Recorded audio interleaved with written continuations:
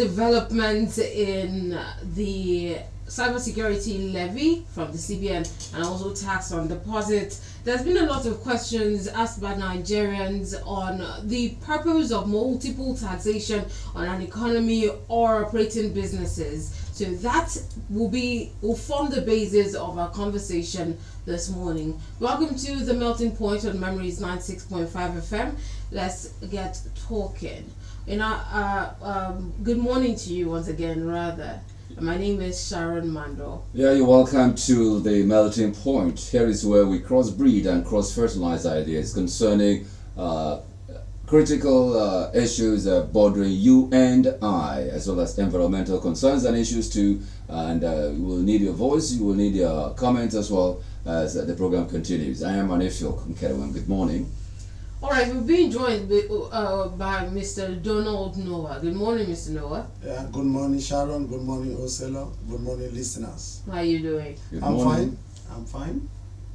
I hope you've paid your tax. Nigeria, you know, we are just living by faith. Are you waiting for the day you go for an election? That's where you go for tax clearance.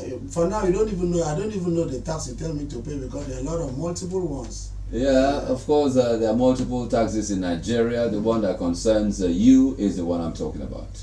Yes, I paid. There's no. I am a good citizen. I pay my tax as when due.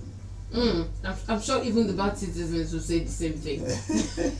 But Mr. Noah, let's get talking about the effect of multiple taxation on operating businesses in the country.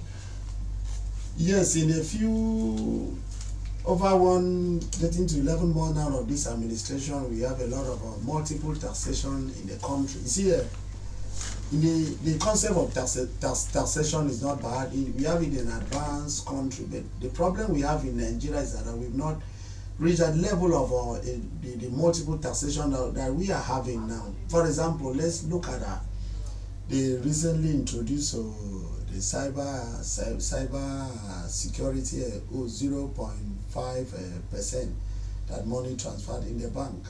You know, that somebody says jokingly that Sharon was saying off camera that is sharing the money with your bank. So there are a lot of issues, and we hear about that the parts that is going to be reviewed. We have a lot of taxation, and we heard about the one we just wake up one day, every time somebody said that his money that that one bank has even removed his money, or they will say he have removed 15 naira cash, electronic transfer, electronic maintenance, electronic this and that. So there are a lot of multiple taxation. It's really affecting the economy of the country. Now, if you go to the advanced country, jobs have been provided, infrastructure have been provided, and if you tax, so it's not going to be the bulk of on the citizen. Now, let's look at, for example, the France. Now, there's a lot of policy redirection. France, it's not easy for you to hire a driver. You cannot hire a gate man. You cannot hire a messenger. You know why? Those are the set of people that's been highly paid. Why did they do so? It's kind of a wealth transfer from the rich to the poor. But you come to Nigeria, and usually the rich are getting richer. You go to somebody, a very rich man that is a multi-billionaire will hire a driver, and you pay him peanut. The money cannot even take him home. According to NSC, it's not even a living wage, because now there's difference between a wage, a minimum wage and a living wage, and take-home wage, and take-home wage, and the money is not even taking the workers that is working for the billionaire home. So there's a lot of problem. But the Tinubu administration coming up with this in-multiple taxation, it really affecting the economy, and it's not a welcome development. So for you, in Nigeria, there are different taxes which include, of course, capital gains tax, CGT, companies income tax, CIT, National Information Technology Development Levy, personal income tax, value added tax, and withholding tax. There's also stamp duty tax and tertiary education tax. Wow. In all of these, do you think the government is double speaking when they say they want to avoid double taxation, as in the removal of fuel subsidy? And now there are quietly or surreptitiously or Nicodemously, trying to get back the tax the other way. Okay, let's look at let's lay a background here. You see, I knew this will come. You know why did I knew this will come is that 2015, is it 2013 to about 2014, the then Minister of Coordinating Minister of Economy, Minister of Finance and Coordinating Minister of the Economy, NKEREUWEM, said that Nigeria is borrowing to pay salaries. And some Nigerians did not believe it. Me, I knew that it was true. Now from 2015 till now, there had been a lot of borrowing. We have President Buhari made our debt profile was about 19 trillion, but he left about almost 96. Now I knew that this will come. Now the money, our crude oil has been used to swap for loans that has been collected from international communities, international monetary funds and other agencies. Now what is happening is that in advanced country they borrow. Somebody will say even America borrowed. That one is true, but those countries that they borrow to build infrastructure. For example, if you borrow to build a seaport, now when this seaport is being built by this money that you borrowed, now you will use the outputs, that is which the seaport will generate to service the debts, which means there will not be so much impact on the people. Now when you borrow this money, building infrastructure, you use it to pay these loans. Now this infrastructure will create employment for the citizen. You get me now? But here in Nigeria, the money, like in 8 years of President Buhari, from 19 trillion, and he left the debt profile of over 90 something, almost 100 trillion. The question is, where is all this trillion? Over 80 or 70 trillion has been borrowed. Where is it? And we heard in the news by the Yemi Garoso, the CBN governor, that the ways and means of this the past administration is over 30 trillion. What is ways and means? Ways and means is when the budget passed, they will make budget for money that will sell crude oil, money that will VAT, money for all these taxes, and money that they will make the provision for money that will borrow. Now, if this money is not enough, the federal government will permit the CBN to print some money so that they use to fund the budget. That is ways and means. Now, upon the money that has been borrowed, with the ways and means, we don't even see what is on ground. Even the rail that is not even here, because since I was born, it was when I was very small that I entered train from Aba to Port Harcourt. But since I'm growing older, I am still yet to find a rail that they have been connected to Kwaibom and cross. I don't know whether our people don't enter whether we don't want to be, but I know we want to, but we've not seen it. But even the rail, the money that they borrowed trillions of naira to construct rail from Abuja to Kaduna, and the one that they used to control line from Nigeria to Niger, we don't even see how much those infrastructure. Now, the implications of this borrowing is at the end of the day, because in borrowing you have a ceiling. There's a ceiling you reach, they will not borrow you money again, because you will not have to pay this money. Now, what the successive government will do, either will be in our time. Now when Tinubu came, there's nothing he can. We almost exceed the limit of borrowing. The ways and means is almost exceeding. We have so much money in circulation in the economy. There's so much hardship. So what they do is to remove subsidy, and immediately remove the subsidy. It did not contemplate the forex, because when you remove subsidy, we don't have the refineries, and we import this PMS and others, AGO, even the gasoline and others energy that we are using. Now, what Tinubu administration did not contemplate, and now you have the rise in dollars. When we have the rise in dollars and we buy, we now find ourselves in a situation of no return.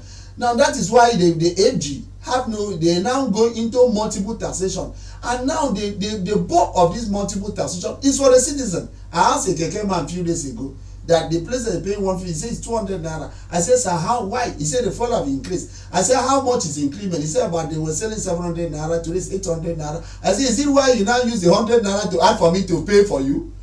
Is that how you now bring the bulk? Am I the one that caused it? Let's share it. Now the question, and there's no, now the bulk of this hardship is for the citizen. Now, this multiple taxation, that the one you mentioned, all those taxation is there. Like the VAT. VAT was introduced. VAT was introduced. Is it in 1986 by the military administration? Then it was a sales tax. But it was reintroduced as VAT in 1993. Now, those taxes were there, but the problem, the issue is, it was not based. The tax was not. The bulk was not in the masses. And you know that the problem in Nigeria, most of this multiple taxation, they don't tax rich men, they only tax most of them is the poor men, because the rich men, they have the money, they will not feel that the rich man have trillion in his account. So when he want to withdraw, so the cyber security of 2.05 will not affect him. But if it is me that I maybe have done the business. No, how do you say that it would affect? Because the more amount of money that you transact with, the more the percentage that is, the more amount is taken for cybersecurity levy. Off the microphone, you said something about 5 million being a large amount of money. The percentage that will be taken for 5 million is a large amount of money. So how would they feel that amount of money? No, because they have so much money. Okay, for example, if I'm maybe I did a transaction and maybe that transaction is about 5 million naira, and I wanted to have a shelter on my head, and before I go to the bank to withdraw, the money will not be 5 million again, it will be about 4 point something million naira. So it's very, very unfortunate. We are not against all this, but the issue is they should provide job, they should provide infrastructure, they should provide security, so that farmers in the north can go to farm and bring food for us. Because the problem we're having now in the north, farmers cannot access their farm. That's why we're almost having farming. The farming people are hungry. Mr. No, this seems like a dead end to someone that's just looking at it. Now, we do not have revenue because our monies are being used to service debts, right? We need to create more alternative ways to generate revenue. It cannot just be from oil. Now, it seems like whatever Nigerians are demanding for, you need money to start it, and we don't have the money to do that. So how else can the Nigerian government create jobs or build infrastructures or do what Nigerians are asking without taxing the average Nigerians? We have said it many times in this platform. It should be a shared responsibility. You heard about a few days ago the drama, the renovation of the National Assembly, which most of the members were changing places and looking for places. They called it a conference hall. They call it a conference, which they do. Most of them are coming to condemn that. Now the question now is, what happened to the National Assembly? We are not saying, why if I am being sacrificed, if I'm being taxed, why don't you tax the National Assembly members? Why are you renovating the National Assembly? So they should also share the responsibility. And the question is, there is most of the National Assembly members, Senate, are former governors, are two-term, three-term members of the returning House of members. Some of them are commissioners. Some of them were managing directors. None of them were poor. Why did you go and buy a SUV of 160 million? And why did you go and buy a bulletproof of almost 500 million for principal officer and the Senate president? Why don't you sacrifice also? Now the question is, the money that the government is using for recurring expenditure is bigger than the money used in capital expenditure. So why is the sacrifice? We will be the only one to sacrifice? That's a question here. If we are saying to sacrifice, because I read how China moved from where they are for 15 years, they close their borders. People sacrifices. I read about how King Wan Yu of Singapore moved the economy of Singapore from a developing nation to a developed nation. He used 25 years. I read about the sacrifices that people did. But the question is, the sacrifice should not be only for the citizen. The sacrifice should be for the rich, for the poor, for the civil servant, the elite. Everybody should make the sacrifice. That is my concern. Even with the announcement, Mr. Noah, they didn't state that it's only for the low income earners. They said it's for all Nigerians. If all Nigerians, the question is, Sharon, why are they renovating National Assembly now? Okay, that is one question Sharon wouldn't answer now. You can't answer Sharon. I definitely don't even know the answer to that. You wouldn't confront Sharon with that question. Well, let me come to you. Based on the challenging times now, it's not the best of times for businesses to thrive in Nigeria, you know, and people are struggling to survive in their different business endeavors. Now, tell me, don't you think it is the timing is poor? Do you think this is the right time to have introduced the double taxation and multiple taxation and new taxes, renovation of taxes in different forms? They might come in a snake and monkey shadow. You see, the problem I said this what we have policy circle in policy making policy circle. You have policy formulation, you have policy implementation, and you have policy evaluation. So what happened now is doing the right thing at a very wrong time. Okay. It's a right thing. You see, go to advance. I had a friend that stay in Canada. And I called him and he was speaking. He said he's living on loan, that's why he cannot do anything. I was just congratulating him for one project he has executed here. He says he's living on loan, that you need to pay those loans and finish that. And I say, okay. And that's what, you see, even in advanced country, people, there's a lot of multiple taxation. That's what doesn't have, you hardly find a very rich man there because they're being regulated. Everybody's being regulated. You cannot make so much money because of a lot of taxes.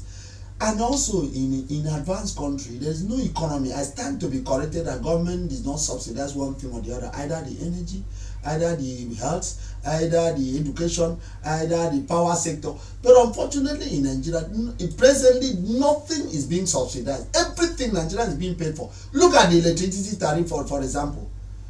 When a prepaid meter was introduced, first it was 1,000 naira, you had about 50 or 60 kilowatts.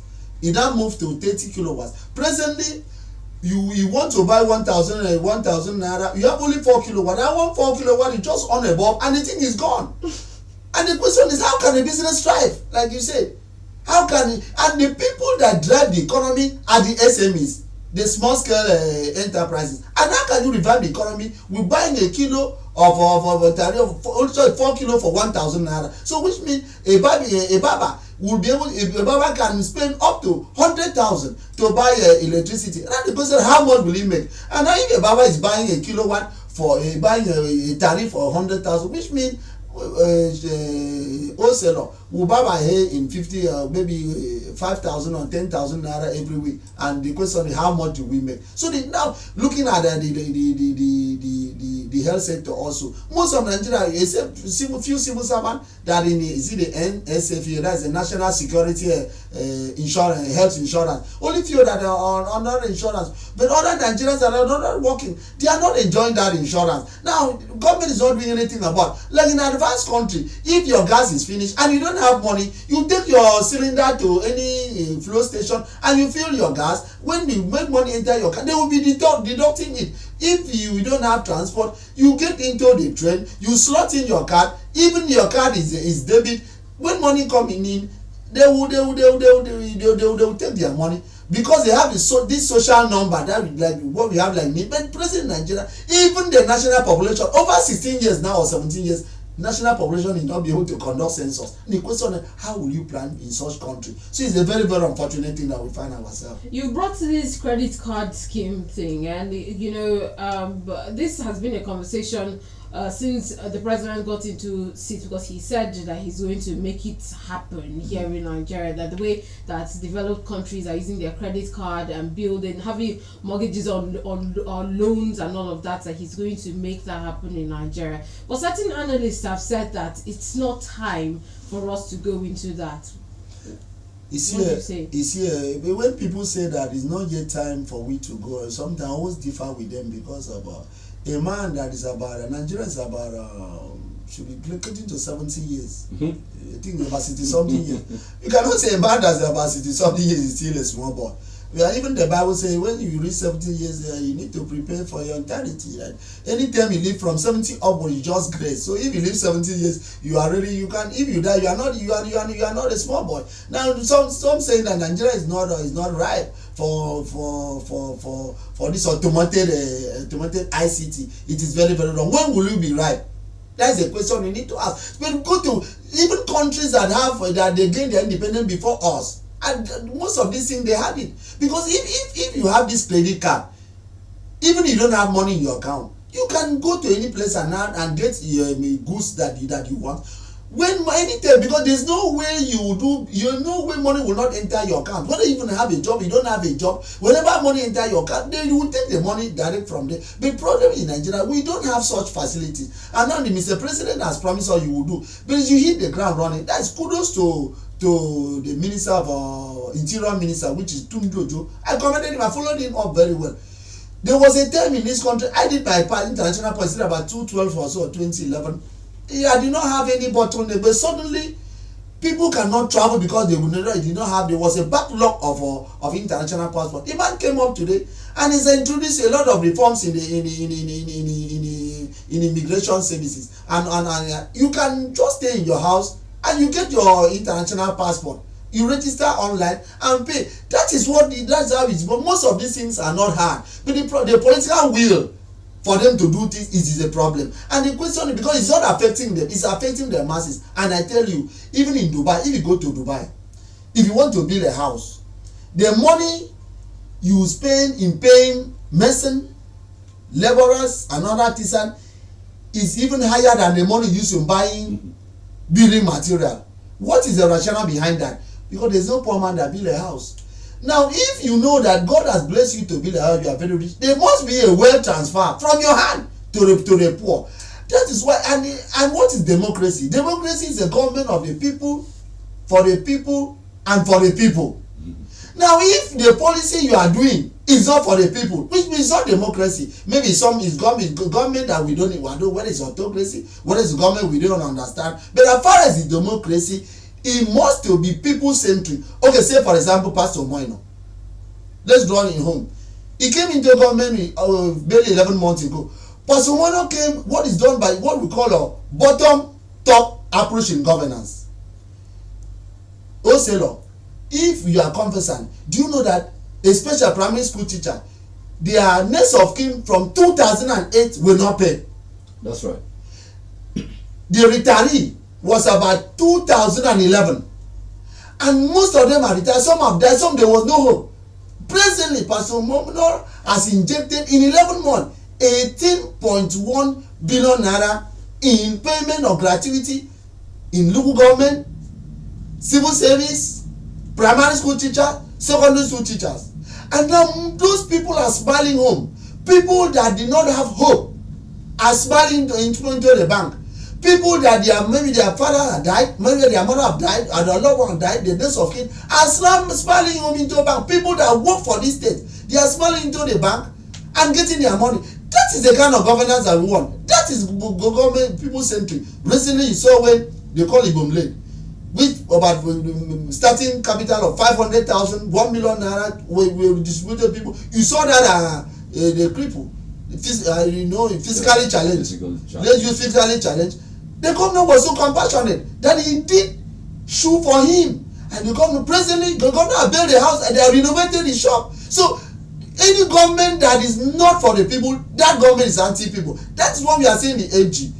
If this presidential system of government is not working, please let's go to constitutional conference and see if we go back to confederation, which power is being rested on the state, and we pay some percentage to the north, to the central, because this bulk power, everybody when it is 18, the commissioner for finance, the AG will enter flight, they will go to Abuja to bring back some peanut which we have sold our oil and our VAT and natural resources for money, and they will stay in Abuja and share some the bulk of the money and eat. I think that is very wrong, because most of the policies they are making, they don't know how the impact of this in my village.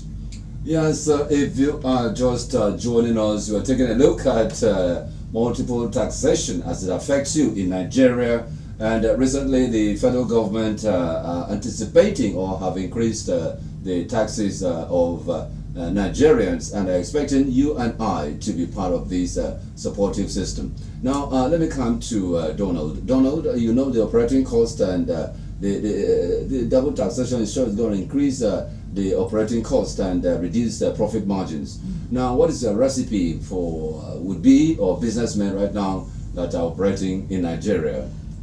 Unfortunately, in what we call consuming economy, We are not in a productive economy. Now, coming to this obnoxious taxation, I was listening, Porter was complaining that it takes you to clear about 40 documents in our port before you can clear a container. So these issues, these bottlenecks in most of these our ports and our policies really affecting production at another day. You've heard in the news, it's in the public domain. GlaxoSmith, PZ, most of the companies have just closed down, have relocated. Now, you're now bringing obnoxious one again with a few ones that are seen that is striving to survive. Is very, very unfortunate. Also, let me give an scenario. I almost went. 3 days ago, I went to one supermarket. I won't mention the name of that supermarket. I picked a loaf of bread. And I asked the sales girl. The sales girl says she doesn't know. She beckoned when the Oga told me the bread is 1,006. I said okay, no problem. And I took the bread to the counter to pay, and the counter told me 1,005. You get me now? How can you reconcile that? Now in most of the supermarket, when you go, they don't even write price and because some of them say they don't even understand the price. When they go to the counter to pay, they will just carry that pointer, that computer pointer, whatever the computer tell you to pay. Even if you don't need to pay for goods at 100 naira, pay 2,000, you pay. There's nothing you will do. And some even Google the prices. Some even Google the price because now pointing the data gadget that you used to point, that is Google. You now scan the price and give it to me. Oh, yeah. And somebody, I had a big friend. It's actually not Google. It's automated. The price is automated in the machine. So when you scan the code, the price will come up. Who automated it? It's not somebody like. It's like a POS. I understand this because I know people that actually install these things for them. So the prices are actually in the machines. So I had a friend, I have a big friend, So you don't bargain for prices again? Yes, I have a big friend. When you want to go and put when they enter filling station, I will be looking at the meter. I will tell me, my friend, don't look at the meter to avoid BP. Just put. You will not drive. You know use some money and drive. Just pay as you go. Just pay as you go. That's unfortunately the issue that we're finding in our. And most of it, you see, when you enter village, you saw hardship, you saw abject poverty, you saw many people going to bed without food. That's why I thank God for the governor of Akwa Ibom said with the distribution of food items to the very poor people. About we have about 2.3 vulnerable Akwa Ibom people that are being generated in a social register. So that is government that is sensitive. I think I need the AFG also to follow same and other actors to follow same, because if you don't provide, like my lecturer will always say that the rich cannot sleep as long as the poor are hungry. Now, as you said, this policy is really affecting the production, which will not being exist. Government major responsibility of government is two things: welfare and security. Now, if government cannot take care of the welfare of the citizen and does not provide security, I don't think that is government. I think that may be John that one of maybe autocratic leader. All right. Okay.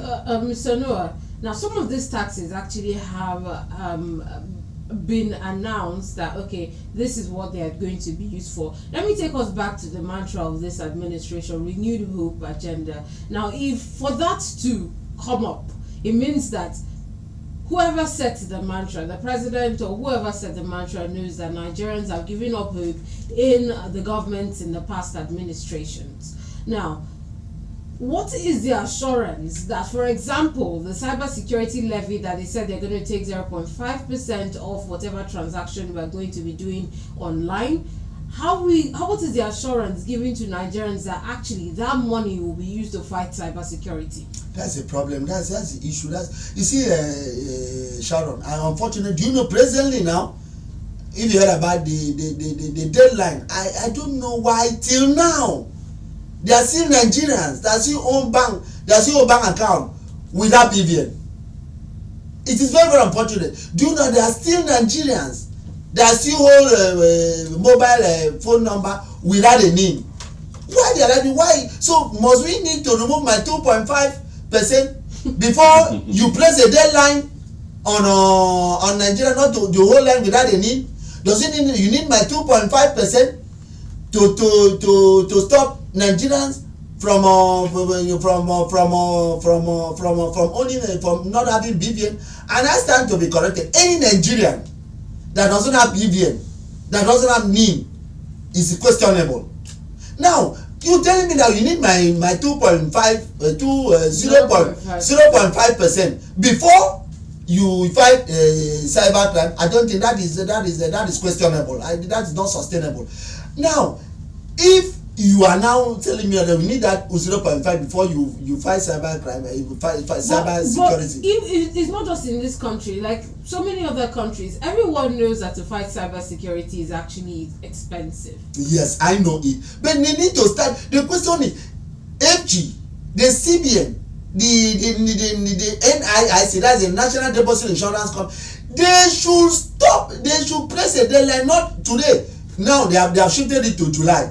When they reach July, they will shift it to December. Why are you shifting BVN deadline from over 80 million account holders that doesn't have a BVN? But does it need a 0.5 before you start? You put a deadline on that. We know that you need money to fight cyber security. That's why when you have a cyber fraud, you go to a bank. Bank will be helpless. And it has been said, even by the Minister of Finance, that banks, commercial banks are complicit in most of this cyber crime. I stand to be corrected. So it's very unfortunate. So I don't think that I cannot be here as an analyst to state that you need my 2.5 to fight cyber crime. That is not true. If you want to fight, you need to start. You start it first, and maybe if you now bill me, it's going to complement of what you have done. Not to say that you must need money from me before you start to fight cybercrime. That is unfortunate. Yeah, if we have to come back home. There are different forms of taxations, even at the marketplaces, where you find the trade unions or market unions offer taxes at with reckless abandon. And it has actually affected the lifestyle or the behavioral pattern or the eating habit of people. And of course, the government is doing its best to make sure they ameliorate the situation and make it a little bearable for the people. Do you think the government has the human face, in allowing taxations to be, to be pressing down on the people that are supposed to be governing, that are supposed to be playing the welfarist, role, and they are keeping quiet to all of this and not minding the effect of these taxations on the people? Is the government very sensitive to the people in terms of this? Which government are you talking about? We have 3 levels of government. We have the state and federal. We have the federal. Let's take it back to the state. Okay, let's take it back to the state. You see, if you come back home, because there should be something like price control board. There should be some form of monitoring system or mechanism. You see, we are in a very sorry stage where we find ourselves in Nigeria. Presently in the state, we have 3 documents in the 1999 Constitution.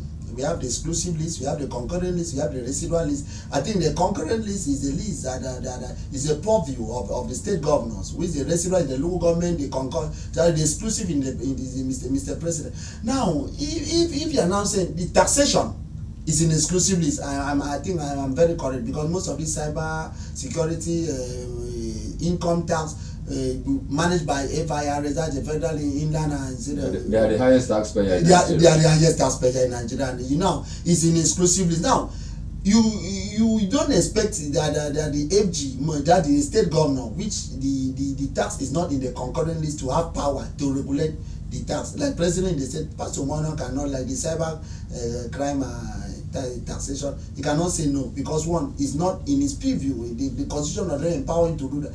But if you look at the state, Pastor Mono has tried his best to say, he has said it to politician, I know you, I will come to you. But presently, let's say we can start from bottom up, because if these people are not fair, there's no way we'll have peace. Looking, I told you about the 18.1 billion now, which I've released in about 11 months to 10 months. Now, if you reach about 4 years, you now calculate, which means immediately you retire as a civil servant, primary school teacher, which was not so. You just smile to the bank and get your gratuity, get what belongs to you. And if you do not bill us, you go and bill us. That is government of the people. Now the government knows that the people are hungry. What do you do? Now the initial say, because it's a planting season, there's nothing you can do. The government say now, first Friday and the 3rd Friday of every month. First and last. Is it the first and last? Yes. Now every civil servant should go back to the farm. Which means It's more or less the word President Obasanjo did in 1978 OFN, what they call Operation Feed the Nation, which every civil servant must own a farm, must own a garden. That's what Pastor Mona do. Now, which means every civil servant, there's no excuse to say, oh, I used to go to work every day. Now they give you time, go to your farm. Everybody return back to the farm, so that, but in an interim, because in solving problem, we have short term, we have medium term, we have long term. Now the short term solution of feeding of Akwa Ibom people can live is a rice food, which Pastor Moino has an agency which is headed by Right Honorable Danapan, so that they can produce food, and they have generated register, which they have started to give you a voucher. You move to redemption center, you get 5 kg of rice, gari or beans. They have started it, and the governor say after that one they will see how they can intervene in others area, because this, you see, the issue I always say that the problem of the government, the burden of government is how did they take care of the masses?